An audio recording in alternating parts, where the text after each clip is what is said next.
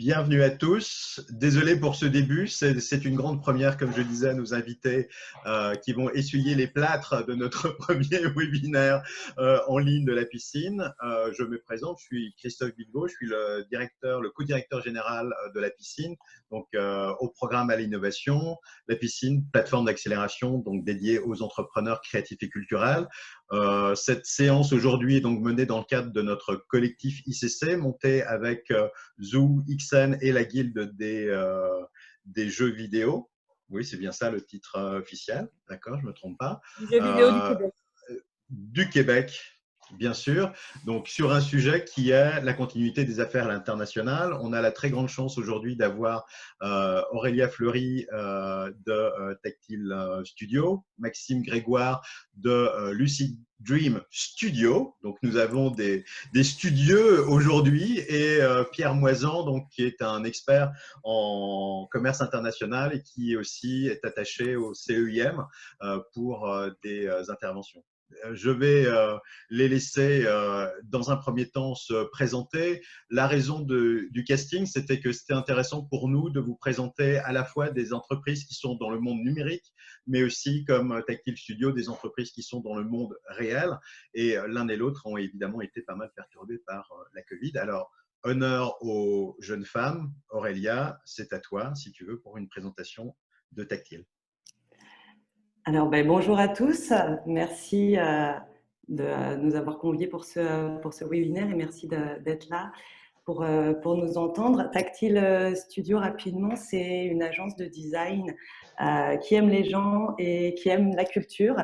Notre mandat, c'est d'accompagner les lieux culturels. On travaille beaucoup avec les musées en particulier pour rendre l'action et leur message accessible aux personnes avec des handicaps, en particulier avec des personnes avec des déficiences visuelles. Alors, je crois que des fois, une image vaut 1000 mots. Je voulais juste vous montrer rapidement ce qu'on faisait chez Tactile Studio. Est-ce que mon écran apparaît? Ton écran était apparu. Oui, voilà, c'est donc en fait là concrètement. Il est noir là pour l'instant pour nous en tout cas. Ok. Voilà, c'est bon là. Okay. Maintenant en tout cas, je pense que tout le monde le voit, c'est bon. Oui. Non. Non, je pense que quand on le met en full en plein écran, ça disparaît. En plein écran. Okay. Voilà, reste comme ça, parfait. Comme ça. Donc c'est juste pour montrer en fait très concrètement, ce sont des plateaux en général qui viennent interpréter une vitrine ou un objet, des plateaux en relief avec du braille, des fois avec des objets en bas-relief ou des objets carrément en 3 dimensions. Ici, avec le Musée des Beaux-Arts du Canada, c'est une sculpture de Gauguin qui a été reproduite. Et comme vous le voyez, ce sont des objets qu'on touche évidemment avec le braille pour les personnes déficientes visuelles, mais plus largement pour découvrir à travers la sensorialité ces œuvres. Donc, on s'intéresse au toucher, à l'écoute, aux odeurs et à la vue. Et évidemment, la situation du Covid nous a amené à devoir réagir pour pouvoir rassurer nos clients et puis continuer aussi à poursuivre notre développement. Donc, on en parlera un petit peu plus loin dans le webinaire. Génial. Effectivement, dans une économie qui est devenue, on appelle le low touch économie, on s'entend que votre métier, vous avez dû le repenser, puis on va voir tout à l'heure ce que vous avez fait. Super, merci. Maxime, si tu veux te présenter. Oui, parfait. Bonjour tout le monde. Merci. Je suis vraiment content d'être là, pouvoir partager avec vous un peu ce qu'on a vécu et ce qui s'en vient. En fait, je suis président et cofondateur de Lucid Dream Studio. Je suis ingénieur informatique de formation. J'ai travaillé chez Quasal, qui a été acquis par Ubisoft au début des années 2010. J'ai ensuite travaillé chez Eidos Montréal.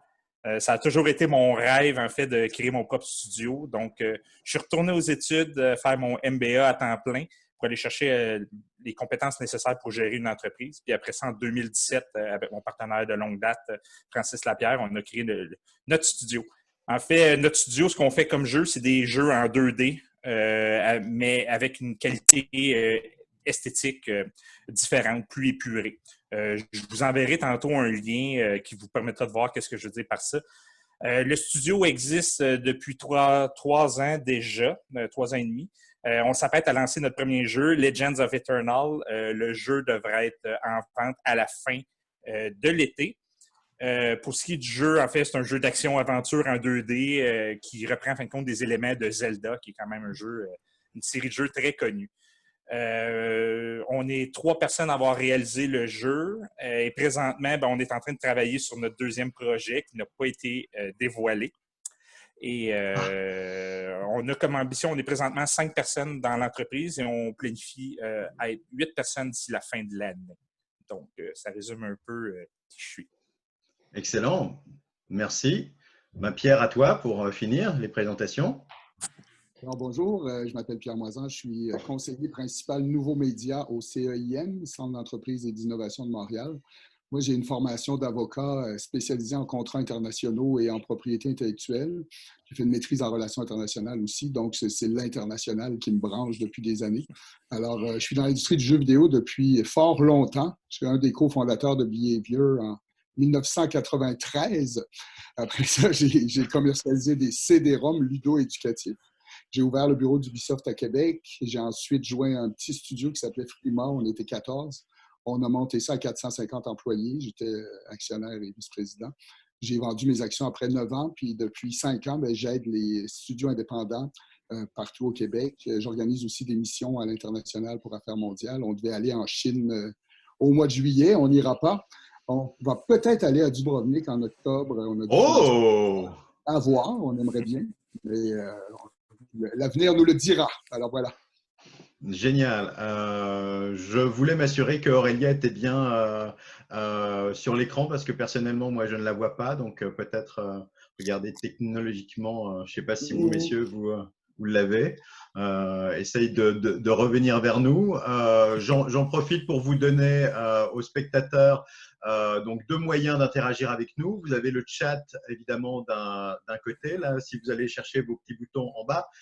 Revoilà Aurélia, génial. Vous avez aussi une autre fonctionnalité qui est le Q&A. Donc pour les questions, si vous avez des questions à poser, bien sûr, on sera un plaisir de pouvoir minimalement incorporer certaines de vos questions au fur et à mesure avec nos panélistes. Donc voilà un petit peu vos 2 outils d'interaction. Lançons-nous donc dans cette première phase, donc de voir un peu comment est-ce que la crise évidemment a impacté le développement de vos entreprises. On s'entend dans Tactile Studio, tu l'as montré, c'est du toucher. C'est du très très proche. Donc, comment vous avez été impacté? Et puis de l'autre côté, Maxime, même si effectivement votre produit est numérique, en fait, dans la manière finalement de vous mettre en marché, certainement vous avez eu un impact là-dessus. Alors Aurélia, vas-y. Alors, effectivement, comme je disais, nous, on est une agence de design et on a aussi un atelier de fabrication. La compagnie, elle existe depuis 10 ans en France et on a des filiales, une filiale en Allemagne, une filiale au Canada, une filiale en Angleterre.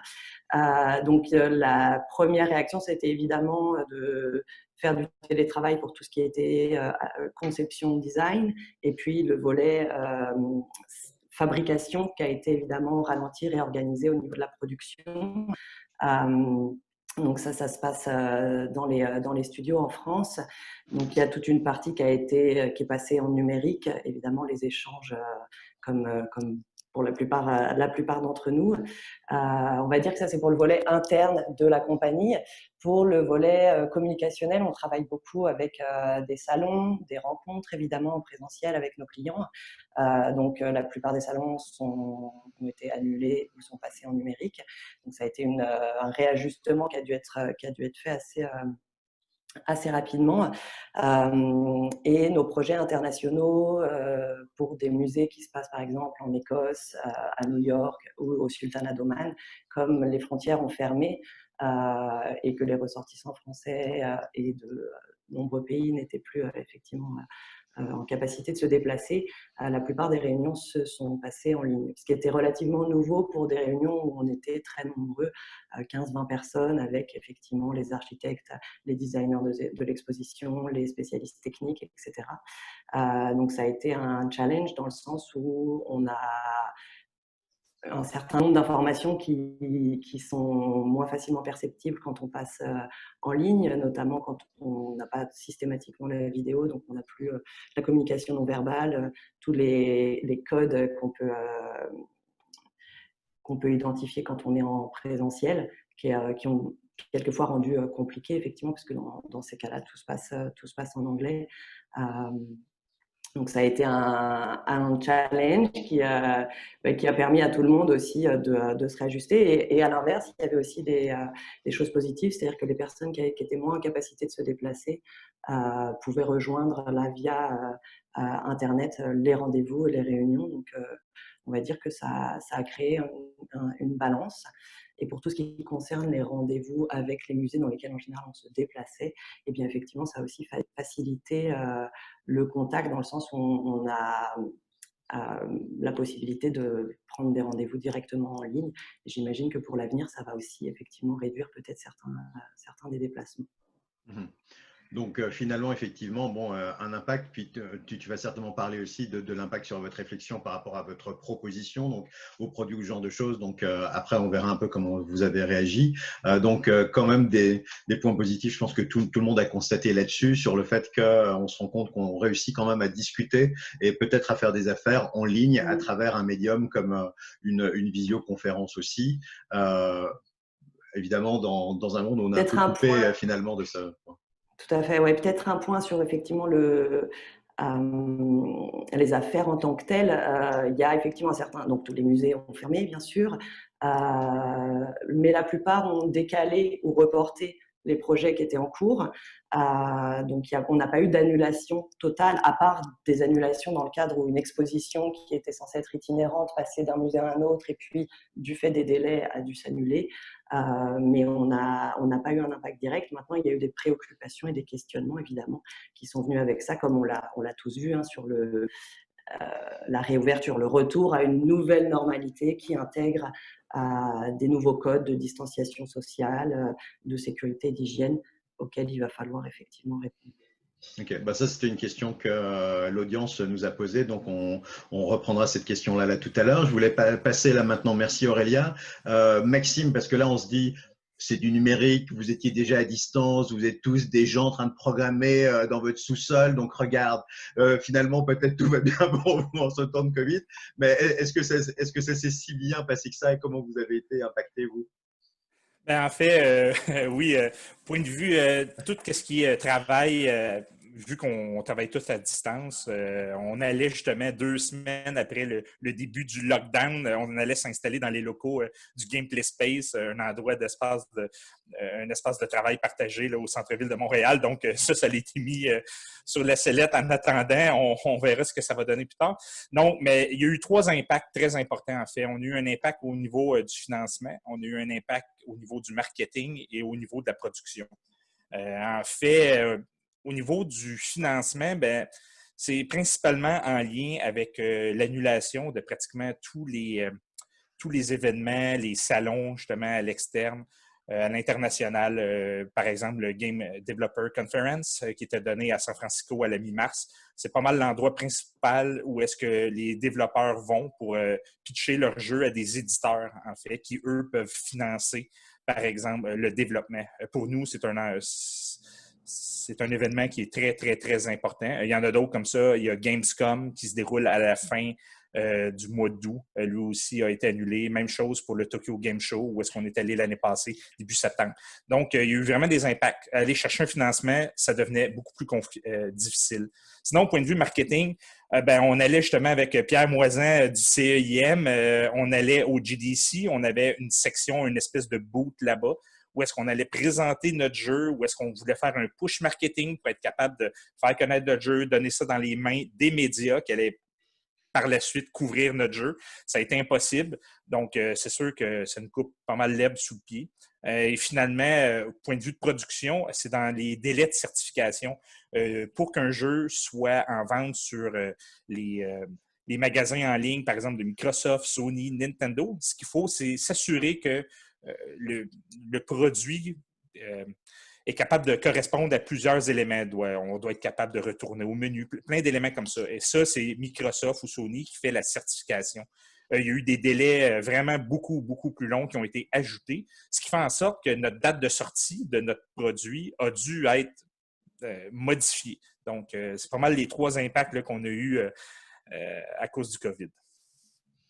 Excellent. Donc, effectivement, pour l'information, Pierre est intervenu et intervient toujours auprès de Lucid Dreams dans le cadre aussi donc, du programme Cabinet Créatif qui est l'accompagnement à l'export lancé avec la Ville de Montréal et dont la piscine est l'administrateur depuis cette année. Donc, sur cette question-là, là maintenant, justement, donc, au niveau des réactions, donc, Pierre, quels ont été les premiers conseils que tu as pu donner à Maxime et à Lucid Dream pour se dire bah, c'est pas grave, on va de toute façon faire quelque chose. C'était quoi les premiers fondamentaux effectivement sur lesquels vous avez pu travailler ensemble et avec succès d'ailleurs? Oui, ben, en fait, ça a été, premièrement, il a fallu accuser le choc parce que moi, j'organisais une mission à San Francisco au DDC, puis on choisit les studios les plus prometteurs dans tout le Canada. Alors, Lucid Dream en fait partie. Donc, on était très contents de... On a commencé notre relation, autrement dit, le mandat avec le cabinet créatif commence et on dit « Go, on s'en va à San Francisco ». Alors, c'était extraordinaire. On avait des bons contacts avec Meet2Match, un système de connexion en personne. Il faut voir ce qu'on perd pour ensuite dire comment on a réagi. Meet2Match, tu choisis les publishers, là, les gens à qui tu veux montrer ton jeu pour qu'ils le marketent dans le monde. Et puis là, ben, ça marche, c'est des speed dating d'une demi-heure. Puis là, on rencontre les gens, tac, tac, tac, tac. Ensuite, il y a évidemment toute la socialisation qui se fait par les cocktails. En jeu vidéo, c'est très populaire. Les gens sont très, très sociables et aiment bien faire la fête, quoi. Donc, ce côté humain-là, ben, il compte.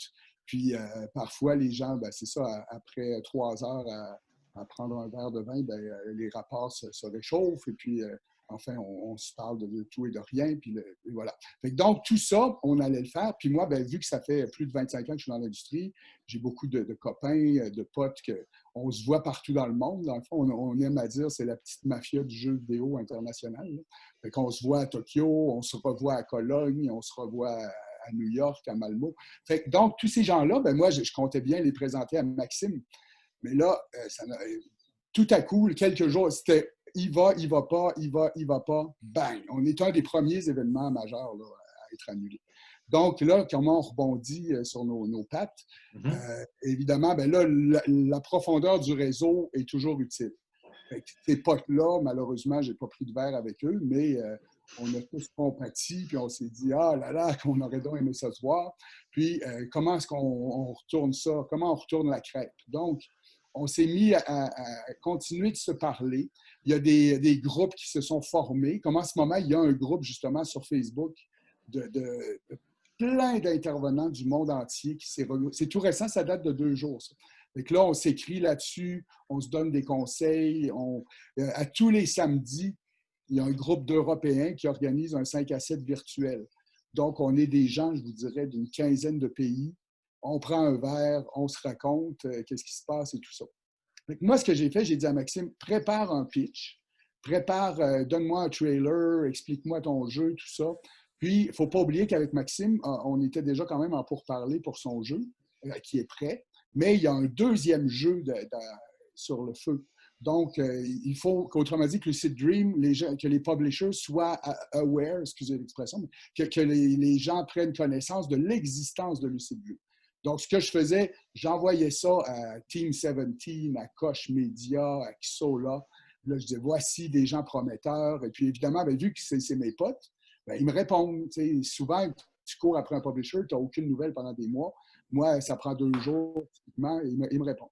Donc, beaucoup de gens ont aimé le jeu. On a même eu des partenaires potentiels en Californie qui étaient prêts à financer. Si on avait dû faire du self-publish, qui est une chose qui arrive parfois, bien, on aurait quand même eu un partenaire pour financer la localisation, c'est-à-dire en quelle langue on distribue, le QA, le testing, les contacts avec les influenceurs, avec la presse et tout ça. Donc, on avait ça d'offert déjà comme option. Puis finalement, ben, Maxime vous le dira, on a réussi on a signé, en fait, mais on ne peut pas dire avec qui aujourd'hui. Mais donc, malgré la pandémie, on a des bonnes nouvelles du côté de Lucid Dream. Donc, voilà. Fait que le réseau, il faut prendre le réseau, il faut l'entretenir virtuellement. C'est moins rigolo, mais c'est efficace quand même. Et puis, donc, Lucid Dream, maintenant, il y a plein de publishers dans le monde qui savent que Lucid Dream existe. Puis, le prochain jeu, on a fait une demande. On a collaboré pour faire une demande au Fonds des médias du Canada. Et puis là, si ça passe, ben, on va avancer encore. Puis là, quand ce jeu-là va être prêt, ben, tous les publishers vont être déjà conscients de l'existence de Lucid Dream et du talent de son équipe. Ok, donc globalement, effectivement, bon, bien sûr, la force du réseau, de pouvoir travailler, d'avoir l'opportunité de pouvoir travailler évidemment avec des professionnels comme toi qui sont quand même très très bien intégrés dans leurs verticaux. L'autre point que je note évidemment qu'on a vu, et ça c'est pour toutes nos auditeurs qui posaient des questions sur comment garder le lien avec des clients, en tout cas, ou comment savoir qu'est-ce qui se passe avec certains secteurs ou certains marchés.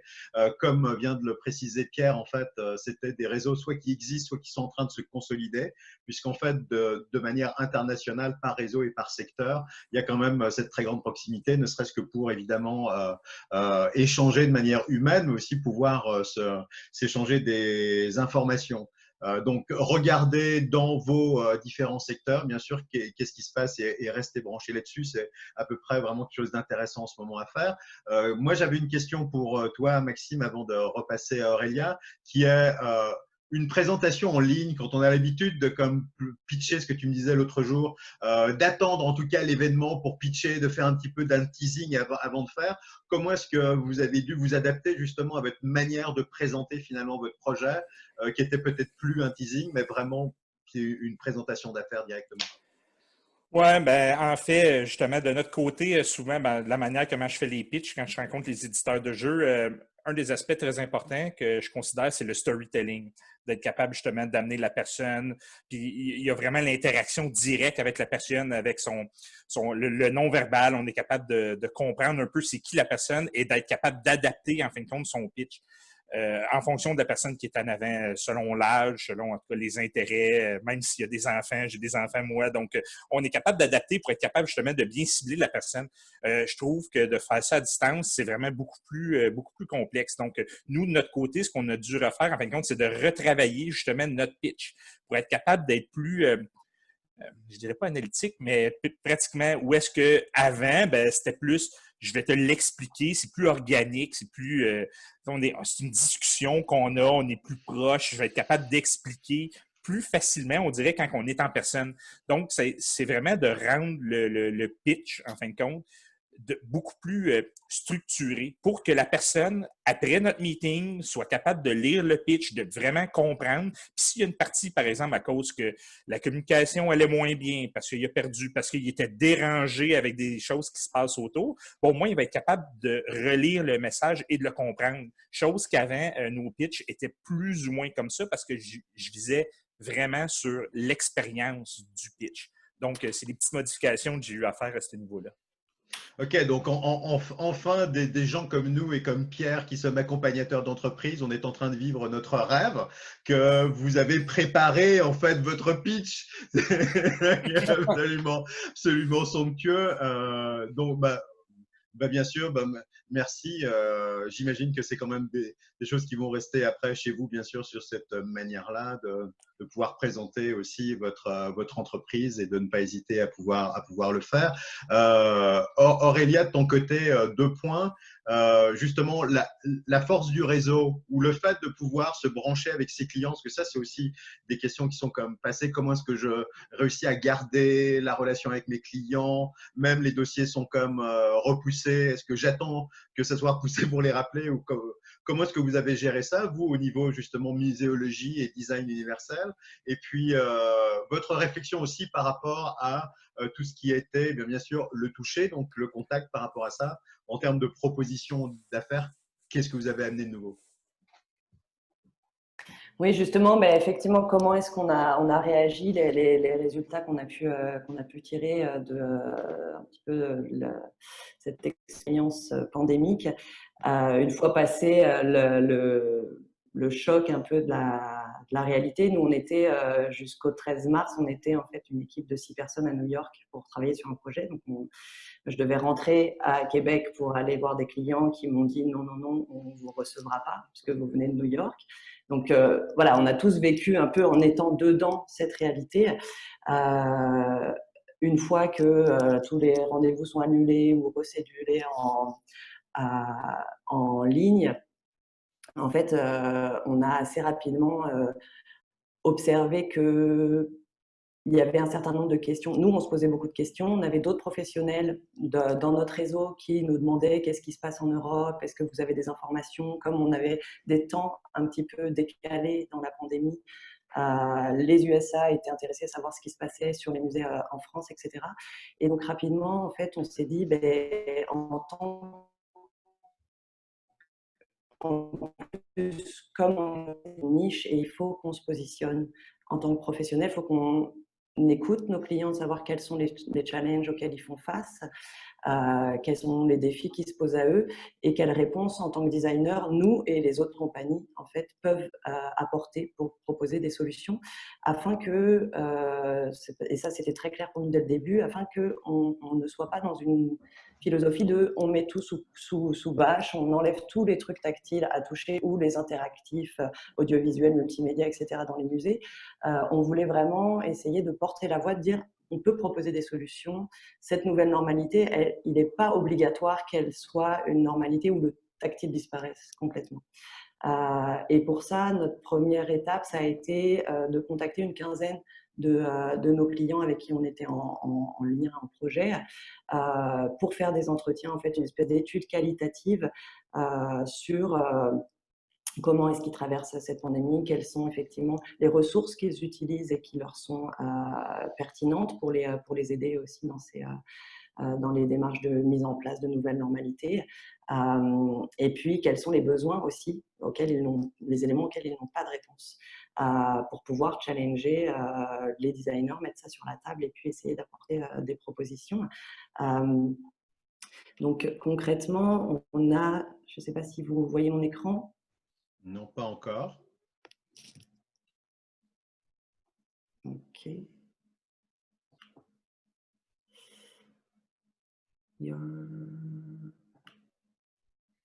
Non, toujours pas. Non, toujours pas. Bon, c'est pas grave. Mais concrètement, voilà, c'était. Tu peux revenir toi à l'écran, par contre.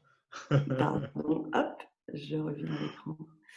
Voilà. C'est donc une quinzaine de musées de différents types, des beaux-arts, sciences et sociétés, monuments historiques, histoire de pouvoir avoir un panel.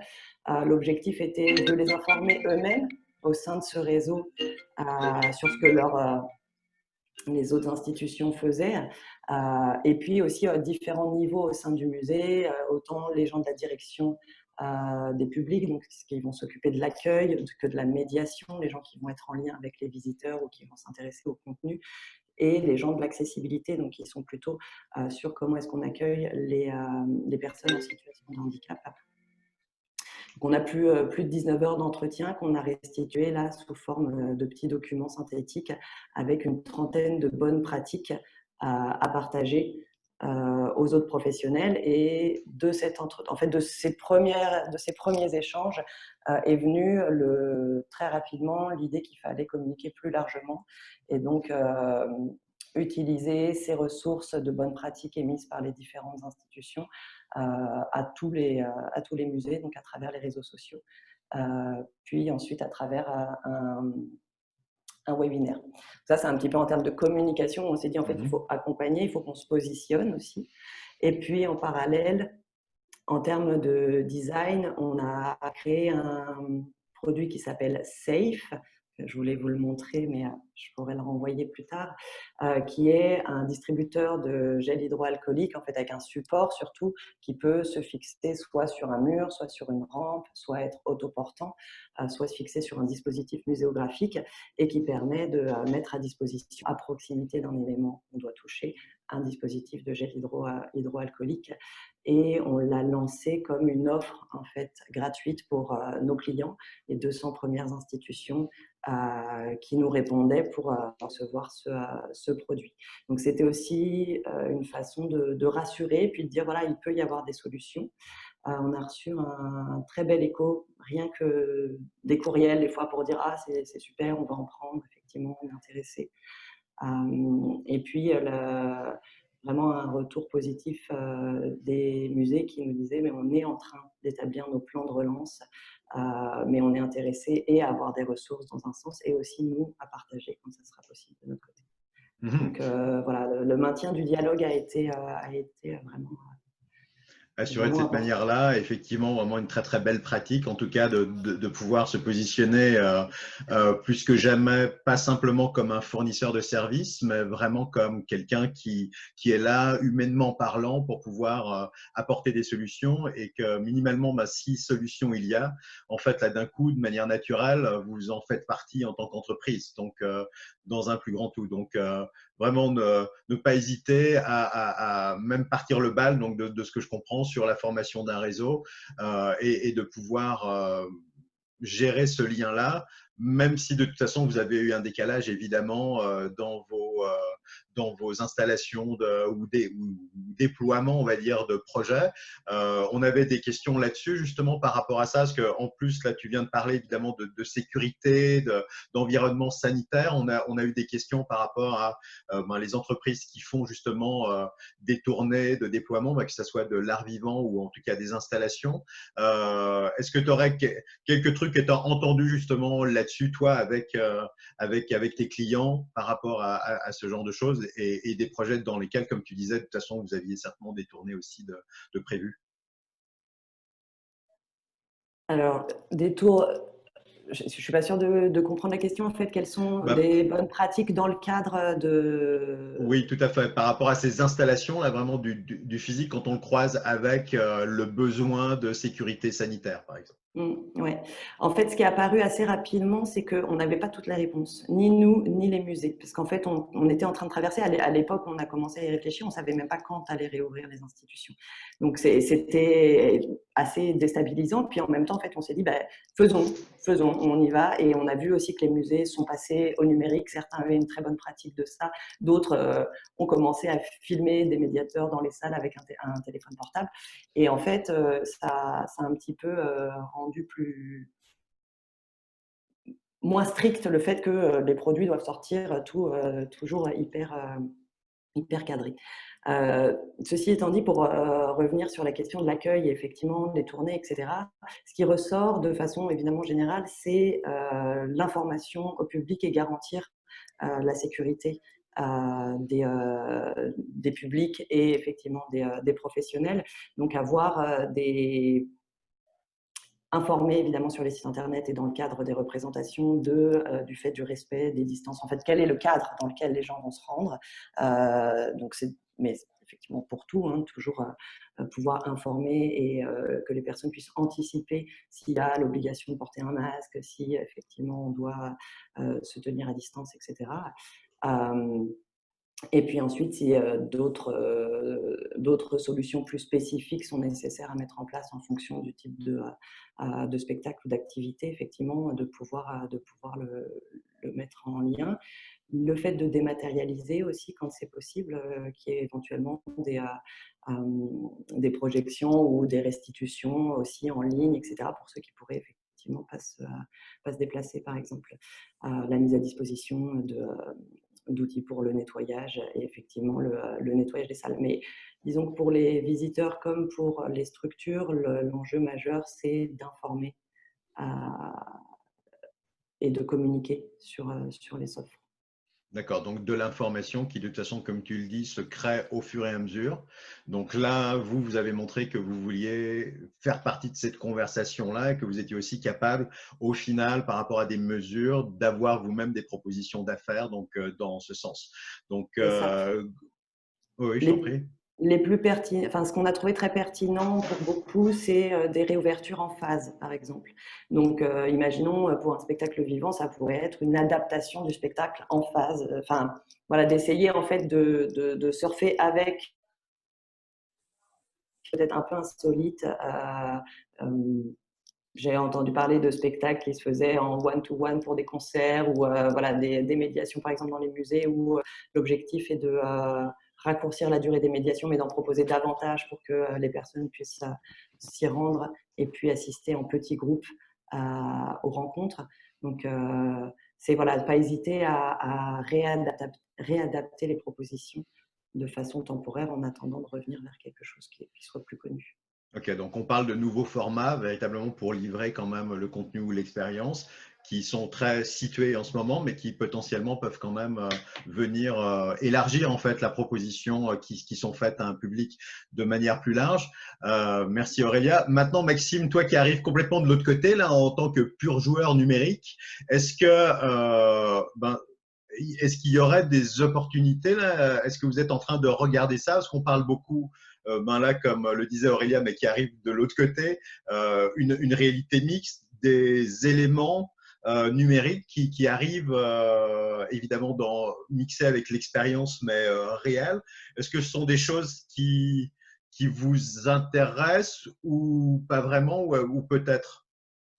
Nous, de notre côté, c'était surtout on dirait, on n'avait pas le choix d'attendre un peu que les autres puissent réagir. Les autres étant justement tous les endroits où est-ce qu'on pouvait aller, comme je disais, soit pour notre financement, soit pour notre marketing. On est un peu dépendant, en fait, énormément dépendant d'eux. Puis ce qui est arrivé, c'est que ça a été quand même un onde de choc. Là. Je pense que lorsque le GDC, le Game Developer Conference, a été annulé, il n'y a rien eu sur le coup, il n'y a rien eu de nouveau parce qu'on dirait qu'il n'y a personne qui osait voyons, ça se peut pas, puis ça va revenir rapidement. On dirait qu'il y avait une espèce soit de déni ou je ne sais pas trop, mais il se passait vraiment quelque chose. Et par contre, l'industrie s'est très rapidement adaptée en étant capable d'offrir des événements en ligne. Puis nous, c'est comme ça qu'on a été capable, en fin de compte, de capitaliser. C'est qu'on avait une espèce de veille de ces événements-là, puis on a participé, par exemple, du point de vue financement, on a participé au XLA Game Developer Carnival, qui voulait un petit peu remplacer le GDC, qui permettait justement d'avoir une espèce de monde virtuel où on avait un booth virtuel. Il y avait des avatars qui venaient, puis on pouvait interagir avec eux autres, puis on avait des meetings de planifiés, on pouvait présenter c'était quoi notre jeu, qu'est-ce qu'on avait de besoin comme aide, tout ça. Donc, il y a eu cet aspect-là. Aussi, il y en a eu un autre, le Game Industry Biz Investment Summit. Ça aussi, c'était une mine d'or, en fait, du fait qu'il n'y a pas tant de gens qui connaissent que ces événements-là existent, mais ces événements-là, ils sont présents. Et tous les publishers, les éditeurs de jeux étaient présents. Donc, l'avantage, c'est par exemple, on veut aller au GDC, il y a une file, les meetings doivent être faits dans des hôtels, c'est un après l'autre, ça n'arrête pas. Là, c'était tous les mêmes joueurs, sauf dans un format en ligne. Donc, le fait, on était capable, en fin de compte, de convertir ça en opportunité qui nous permet, en fin de compte, de pouvoir être présent et de pouvoir justement pitcher alors que ça aurait été potentiellement plus difficile. Puis justement, en tout cas, je reviendrai là-dessus plus tard. Puis pour ce qui est du marketing, c'est un peu la même chose. Il y a plein d'événements du style qui ont commencé à popper, mais nous, sinon, c'était très difficile. Même si le jeu est en pleine effervescence pendant la pandémie. Des événements comme Digital Dragon, c'était organisé en Pologne. On a été sélectionnés. Ça nous a permis d'avoir une super belle visibilité sur un des magasins en ligne, le Steam, qui est le plus gros pour le PC. On a eu plein de gens qui nous ont rajouté dans leur wishlist pour quand le jeu sorte, les gens sont intéressés à l'acheter. Ça nous a aidé énormément. Et sans ces événements-là, qui n'avaient pas lieu pré-pandémie, on n'aurait jamais été capable d'avoir, en fin de compte, autant de visibilité et autant de précommande, en fin de compte, de notre titre. Donc, c'est vraiment de cerner ces opportunités-là puis d'être capable de dire, j'applique là-dessus, puis en fin de compte, c'est de s'étaler le plus large possible puis d'être capable justement de pousser. Donc, c'est ce qu'on a fait. Comme la semaine prochaine, on participe aussi au Steam Game Festival où notre jeu va être présenté parmi plein d'autres démos. Les gens vont pouvoir l'essayer. Puis ça nous aide énormément. Sinon, la seule chose, autre stratégie qu'on a eue, il restait le niveau de production. On parlait tantôt qu'il y avait des délais pour être capable de certifier. Mais un des gros problèmes qu'on a eu, c'est que vu que il y avait un délai, on s'est dit, est-ce qu'on sort notre jeu en avance, par exemple, juste sur PC? Est-ce qu'il y a une opportunité de marché à ce niveau-là? Mais en fin de compte, avec des événements médiatiques qu'il y avait, tout ça, pour essayer de sortir notre jeu à temps, c'était plus compliqué. Donc, on a eu à se réviser à ce niveau-là. Mais je pense que ça reste quand même un pensée bien. Tant que les temps de certification ne sont pas plus courts, quelqu'un, par exemple, qui voulait sortir ses jeux sur toutes les consoles en même temps, potentiellement que de dire, ben regarde, je vais sortir sur PC en premier, ça peut être quelque chose qui est intéressant, tout dépendamment combien de temps ça prend pour la certification. Donc, c'est ce qu'on a fait de notre côté. Ok, super. Et donc, d'une manière plus large, là, si justement on se projette un petit peu dans l'après-Covid maintenant, de tout ce qui est apparu et qui commence à se consolider, Pierre, je me retourne vers toi. D'après toi, en termes de grandes pratiques de mise en marché au niveau international et puis même de commercialisation et de vente, d'après toi, des choses qui étaient émergentes, parce qu'on s'entend que la Covid, ça a vraiment été un accélérateur en fait et un révélateur. Au même titre que ce que Maxime vient de nous dire, là, tous ces événements qui finalement sont consolidés aussi en ligne. Ça, déjà, est-ce que d'après toi, ça va continuer, ça va grandir? Et est-ce que tu en verrais d'autres comme bonnes pratiques de vente à l'international? Oui. Ben, en fait, ce qui est en train de se passer, en fait, la réflexion, je pense que j'invite tout le monde à faire, c'est bon, qu'est-ce qui va être pérenne, puis qu'est-ce qui va revenir, le naturel qui va revenir au galop. Tu sais. Autrement dit, il y a des choses qui vont changer, puis on va avoir goûté à certaines choses, puis on va se dire, ah oui, c'est bien. Comme je vais vous donner un exemple, au fond, le voyage, c'est bien le voyage. Mais quand tu comptes tout ce que, bon, l'impact environnemental, tout le temps que ça prend préparer ses bagages, faire le décalage horaire, c'est dur sur le corps, tout ça. Moi, j'ai eu des périodes où je voyageais presque à chaque mois. Ben, je regarde maintenant mon corps confiné. J'ai la chance d'être à la campagne, mais ce que je veux dire, c'est que je suis confiné, puis là, mon biorhythme, c'est comme, je me sens bien. C'est bien beau les voyages, mais donc, je pense que beaucoup de gens se disent, ah, le plancher des vaches, c'est pas mal aussi. Je pense qu'il va y aura toujours le besoin, parce qu'on est grégaire, de se toucher puis de se parler de près et tout ça. Mais je pense qu'il va y avoir une composante virtuelle qui va faire qu'on va un peu diminuer le voyage, même si c'est extraordinaire le voyage. Je pense qu'il va y avoir une portion. On n'éliminera pas les trade shows, mais on va créer de plus en plus d'événements virtuels. Puis la technologie va faire que, voyez-vous, c'est quand même agréable en ce moment. C'est très rare qu'on est saccadé, on ne disparaît pas de l'écran. Je veux dire, au début de ces technologies-là, pour l'instant, mais au début de ces technologies-là, c'était hautement irritant. Puis là, on dirait qu'ils sont en train de raffiner leur art. Tu sais, c'était de la science-fiction quand on était jeune de se voir comme ça en direct. Puis là, ben, on prend ça pour acquis, tout ça. Donc, je pense qu'il va y avoir de plus en plus de choses virtuelles. Tu sais, moi, j'ai déjà vu, là, OK, on prend l'avion, on va faire un deal. Puis là, on s'en va au Texas, puis on revient, on est tout à l'envers. Puis, tandis que là, ben, on va se parler, on va négocier virtuellement, puis tout ça. Fait que je pense qu'il va y avoir une diminution des shows. De toute façon, il commençait à y en avoir trop en jeu vidéo. Il y a un truc à chaque mois, puis à chaque 2 semaines, puis tout ça. Donc, ça va changer. L'autre aspect, bien, effectivement, Maxime l'évoquait tantôt, la façon de pitcher, la façon de présenter nos documents, tout ça, il y a une approche quasi pédagogique. Là. Il faut que la personne puisse aborder les choses. On n'est plus là sur place pour tenir la main. Puis, il ne veut pas à distance, la communication n'est pas aussi fine.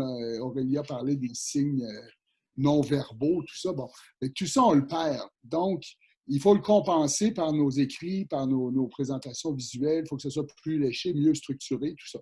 Ça, je pense que ça va être pérenne aussi parce qu'une fois que tu as appris à bien articuler ta pensée, tu ne te mets pas à la désarticuler par la suite. En tout cas, on l'espère. Mais voilà. Voilà quelques petites réflexions.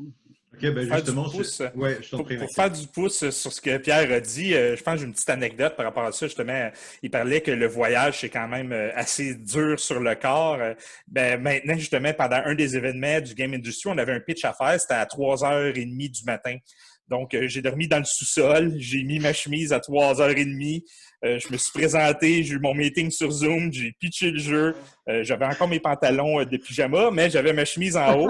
Puis après ça, je suis retourné coucher. J'avais un autre email puis une autre présentation. Mais, tu sais, dans le reste de la journée, c'était pas mal plus mollo que d'avoir à me taper un décalage horaire et de revenir. Donc, c'est ça. C'est quand même une réalité, en tout cas, dans notre cas, ça va être un pensez-y bien certain. Ok, donc Aurélia, à part cette pratique la veste et la cravate au-dessus et le caleçon en dessous, au niveau quand même dans un monde beaucoup plus réel, là tu parlais tout à l'heure justement de grands projets avec quand même pas mal de professionnels, mais aussi des documents de référence qui sont quand même à montrer. Des plans, des objets, ce genre de choses, et même à la limite de faire essayer.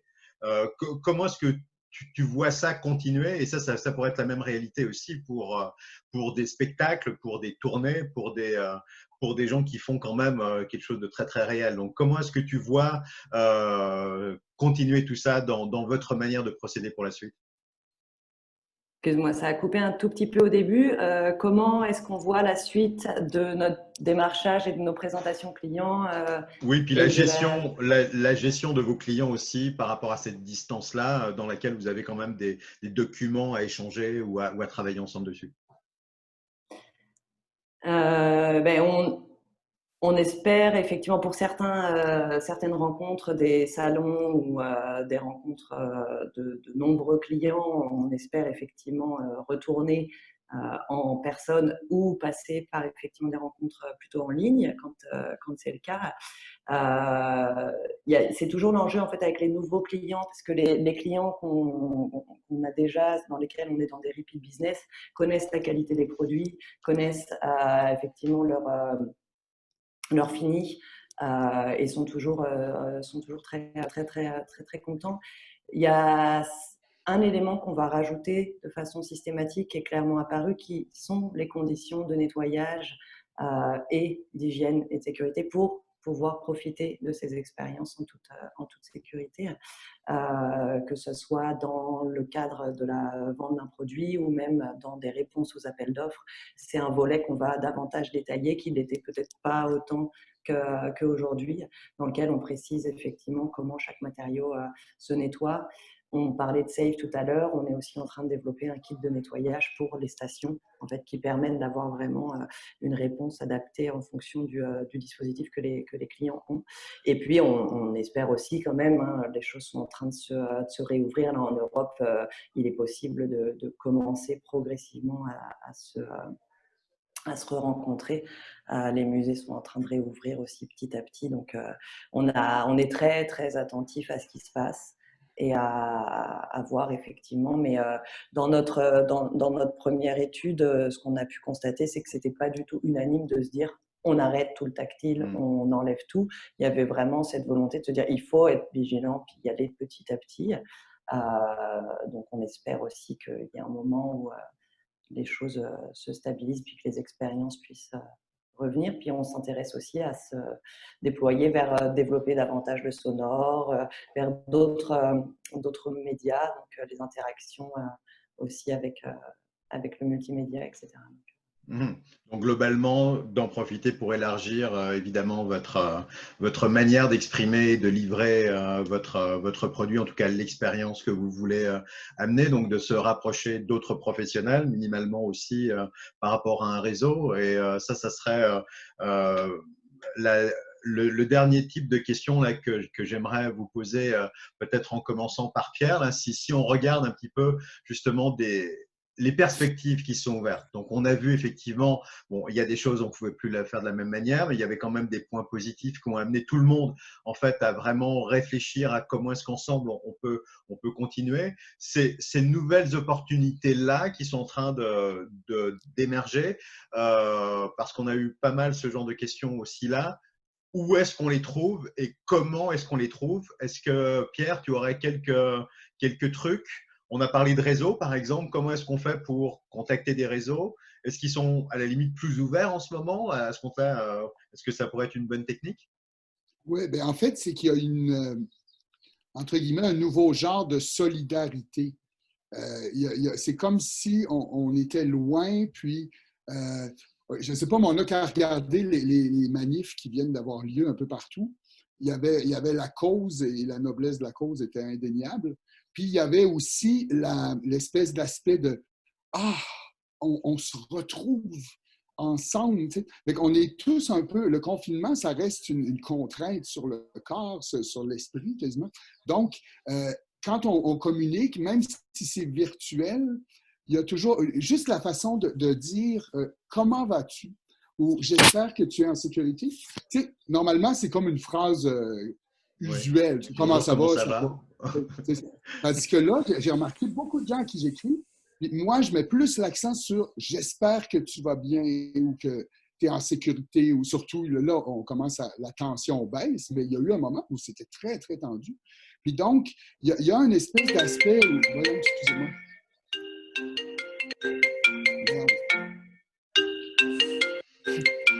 Pierre est un homme demandé. C'est normal, c'est normal. Excusez-moi. Ouais, c'est ça. Donc, oui. Alors, donc, il s'est créé des foyers de solidarité ou des lieux, en tout cas, où justement, dans les industries, puis j'invite les gens, peu importe leur industrie, moi je le vis en jeu vidéo, mais je suis sûr que ça existe ailleurs, où, vu qu'on a été privé, hein, à chaque fois qu'on est privé de quelque chose, ils nous laissent, on veut se mettre en consonance cognitive.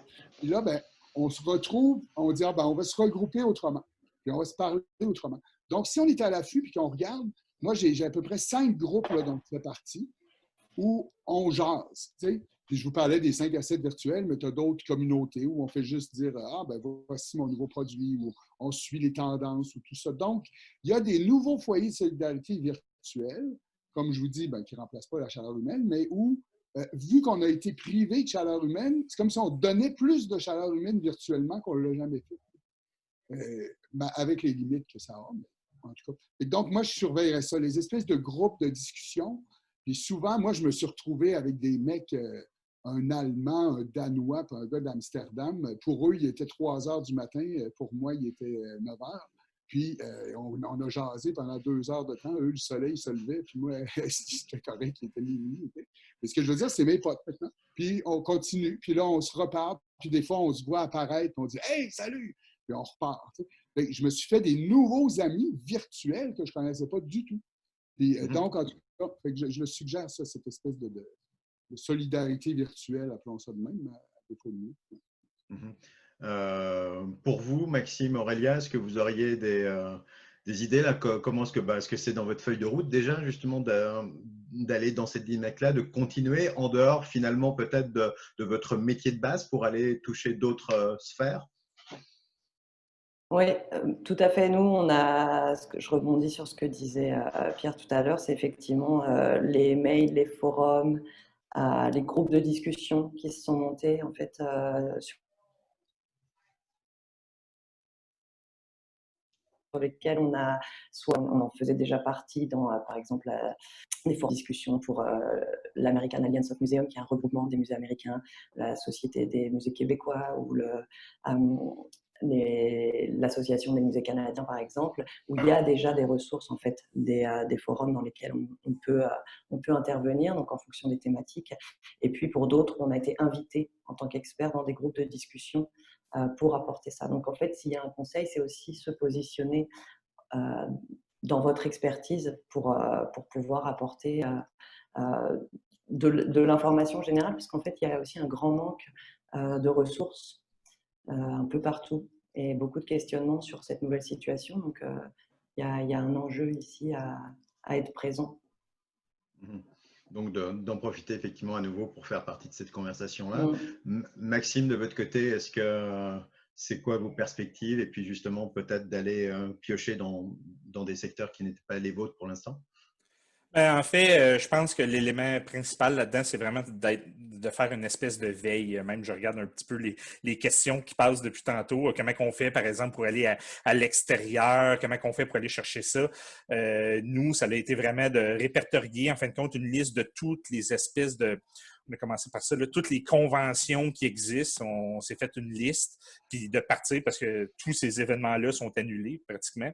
Puis après ça, c'est de partir de ces événements-là, puis de regarder est-ce qu'il y a eu des remplacements, est-ce qu'il y a des événements connexes. Et souvent, ben, c'est pas juste des événements qui sont en Amérique du Nord. Il y en a un paquet qui sont, comme je parlais, de Digital Dragon, mais c'est en Pologne. Donc, c'est vraiment de faire cette liste-là et de faire parler de nous, de dire « Hey, on est un studio du Canada, on aimerait avoir une présence là-bas, on a un bon produit, je pense que ça pourrait faire un bon match. » Donc, c'est vraiment de suivre ça, c'est de passer à travers la liste des événements qui existent, de les répertorier et d'être capable de cibler, en fin de compte, où est-ce qu'on voudrait faire parler de nous. Alors que l'habitude, il aurait fallu, Pierre le disait, il aurait fallu se déplacer là-bas, il aurait fallu être sur place, ça aurait coûté un prix de fou. Puis il y en a tellement qu'à un moment donné, j'aurais dit, ben non, lui, on y va pas, on s'en va pas en Suède aller le présenter, lui au Danemark, on laisse faire. Mais là, maintenant, les coûts sont très faibles, voire même gratuits. On perd rien d'appliquer, de pousser et d'essayer de rentrer dans ces endroits-là. Puis s'il y a un média, par exemple, danois qui est là-bas, qui voit notre produit, qui trouve le fun, bien, il va le faire connaître au Danemark. Puis nous, c'est ce qu'on veut. C'est un produit international. Donc, c'est vraiment l'approche qu'on prend chez Lucid Dream Studio. Excellent. Dernière petite question, justement, par rapport à… puis on va pouvoir finir là-dessus, puisqu'il nous reste 4 minutes. Est-ce que vous voyez, justement, dans ces nouvelles opportunités et les conversations que vous pouvez avoir, ce qu'on a vu émerger et accélérer, c'est-à-dire l'hybridation des choses? Ce mix intelligent, peut-être enfin, entre le numérique et le monde réel, dans lesquels vos différentes expertises, là, parce que vous êtes à nouveau chacun des deux côtés du spectre, est-ce que ça vous inspire? Est-ce que c'est dans votre réflexion? Est-ce que vous entendez ça comme point? On en parlait déjà beaucoup, évidemment, de la réalité virtuelle, augmentée dans les lieux physiques, le mix, etc. Est-ce que vous pensez qu'enfin, ça va peut-être arriver plus rapidement? Il y a des incitatifs. Je pense que tout ce qu'on fait là, chaque jour, beaucoup de gens disent, il y a même un article qui vient de sortir récemment qui dit Zoom vous exténue. Pourquoi? Ne serait-ce que parce qu'on a peur de disparaître à tout moment, mais les référents de la nature humaine, carrément, sont un peu déstabilisés. On est là en ce moment, mais on n'est pas là. C'est complètement fou. On ressent des émotions, mais il y a une incomplétude. Donc, moi, je pense que ça va se raffiner potentiellement. Puis, Microsoft testait il n'y a pas si longtemps des technos où la personne était là en réalité augmentée, comme si elle était dans la pièce. Je pense que si jamais ça devient pérenne, tout ça, on va raffiner de plus en plus. On ne voudra plus que ça saccade, on ne voudra plus que ça soit flou. Il va y avoir une sorte de gold rush ou de course vers l'excellence de ce côté-là. En plus, on va peut-être se priver de bien des bouchons puis de bien des gaz à effet de serre en travaillant à distance. Ça, c'est pas mauvais du tout. Il y a des beaux côtés à faire du télétravail. Il y a beaucoup de gens, moi je suis certain, qui vont l'adopter, d'autres qui vont dire, moi je m'ennuie trop, il faut que j'aille voir mes potes. Mais comme le bureau des audiences publiques sur l'environnement à Québec.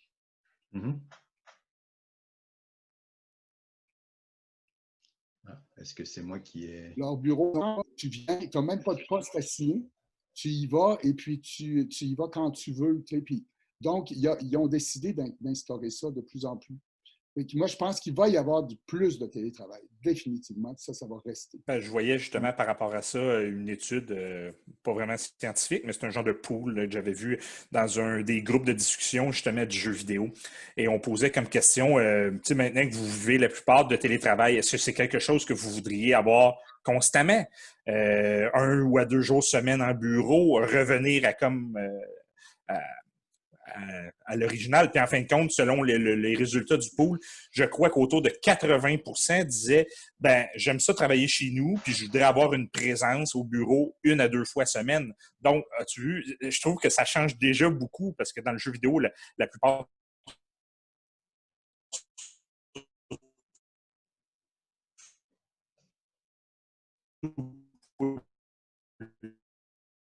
les gros studios, c'est vraiment… tous tes employés ont une espèce de… vivent juste mieux de pouvoir travailler 3 jours pour plusieurs entreprises. Parfait. Oui, ce qui est certain aussi, c'est que nous, on croit beaucoup que le design va pouvoir aussi apporter des solutions innovantes à tout ça. Donc, à suivre. À suivre, tout à fait. Donc, merci de m'avoir donné la double transition, puisque les outils et les manières de travailler à distance vont être abordés dans un prochain séminaire du collectif, celui-là donc donné par Zoom. Donc, vous pouvez vous rebrancher en ligne et suivre évidemment les informations du webinaire. Et au niveau du design, sachez que c'est un point de référence et de défense et de différenciation très très fort de vous, entrepreneurs créatifs et culturels, votre capacité à penser de manière design, c'est-à-dire de pouvoir penser par rapport à une problématique, quelles peuvent être les meilleures solutions à apporter. Alors, je pense que la Covid vous a amené largement de quoi vous exprimer maintenant dans une réalité maintenant ou à plus long terme. En tout cas, merci énormément Aurélia, Maxime, Pierre d'avoir été ici. J'espère qu'on aura suffisamment abordé des sujets précis et des bonnes manières de faire. Quant à nous, pour la piscine, ben, on se retrouvera certainement très très bientôt puisqu'on a pris goût, j'espère, à ce nouveau format pour nous aussi. Et puis, sachez-le, on est là pour vous, entrepreneurs. N'hésitez pas, l'équipe de la piscine, allez en ligne. Cliquez sur un bouton pour nous parler. Il y aura toujours un humain de l'autre côté et ça nous fera très plaisir de prendre un apéritif en ligne ou bientôt, évidemment, à nouveau en réel. Alors, à nouveau, merci à tout le monde. Bonne continuation et à très bientôt.